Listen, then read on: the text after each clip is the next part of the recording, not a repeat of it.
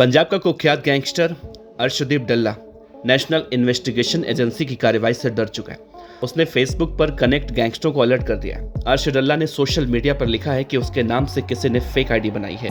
उसे शक है कि एनआईए ने ये आईडी बनाई है क्योंकि मनप्रीत मनीला और मनदीप पीता जिसे पुलिस पकड़कर भारत ले गई है। ऐसे में मनप्रीत से पता करने के लिए ये आईडी बनाई गई है ताकि ये मालूम चल सके कि मेरे लिंक में कौन कौन है। तो उसने लिखा कि सभी भाई इस बारे में अलर्ट हो जाएं। अर्शदीप डल्ला ने लिखा है कि इस आईडी से कोई ऐड ना हो। मैं नहीं चाहता कि मेरे किसी भाई का कोई नुकसान हो। जिस किसी मेरे भाई को मेरे से कोई काम वो मेरी इसी आईडी पर कनेक्ट कर सकते हैं। मैं नहीं चाहता कि उस फेक आईडी की वजह से किसी का नुकसान हो।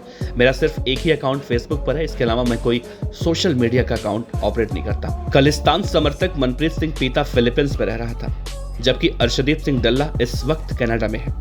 नेशनल इन्वेस्टिगेशन एजेंसी की मोहाली स्थित स्पेशल कोर्ट से कुछ समय पहले पादरी के कत्ल के आरोप में अर्शदीप डल्ला को पीओ करार दिया गया था।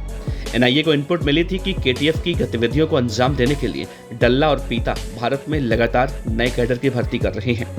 वे केएफटी के स्वयंभू प्रमुख हरदीप निज्जर के इशारे पर काम करते हैं। KTF Khalistan liberation force, Babbar Khalsa international Sikh youth federation, Khalistan tiger force जैसे देश भर में आतंकवाद को बढ़ावा देने में लगे हुए हैं।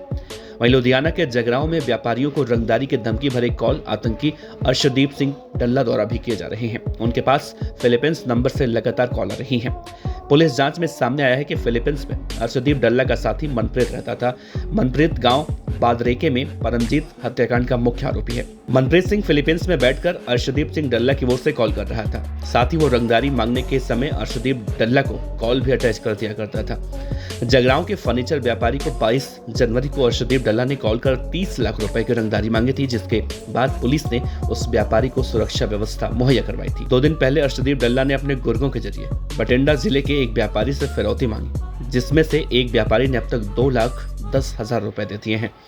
यह सिलसिला उनके साथ पिछले 1 साल से चल रहा है। इनको लेकर व्यापारी ने सोशल मीडिया पर लाइव आकर अपनी बात कही और पुलिस पर आरोप लगाए। इसी तरह पिछले कुछ दिन पहले अर्श डल्ला ने मौड़ मंडी के कुछ ज्वेलर्स समेत आधा दर्जन से ज्यादा व्यापारियों से लाखों रुपए की वसूली की।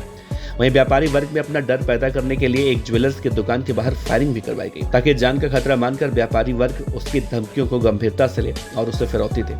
गृह मंत्रालय के मुताबिक अर्शदीप सिंह डल्ला राष्ट्रीय जांच एजेंसी की ओर से रजिस्टर्ड है और जांच किए जा रहे हैं। वो अलग अलग मामलों में आरोपी है, जिसमें टारगेट किलिंग, आतंकी फंडिंग के लिए वसूली, हत्या की कोशिश, सांप्रदायिक सौहार्द बिगाड़ने और भारत के पंजाब राज्य में लोगों के बीच डर और भय पैदा करना शामिल है। अर्शदीप डल्ला मुख्य रूप से पंजाब के मोगा जिले का रहने वाला है। फिलहाल वो कनाडा में रहता है। अर्श डल्ला पहले गैंगस्टर गतिविधियों में शामिल था और फिर आतंकी बन गया। हाल ही के दिनों में वो कई गैंगस्टर और आतंक से संबंधित गतिविधियों में शामिल रहा।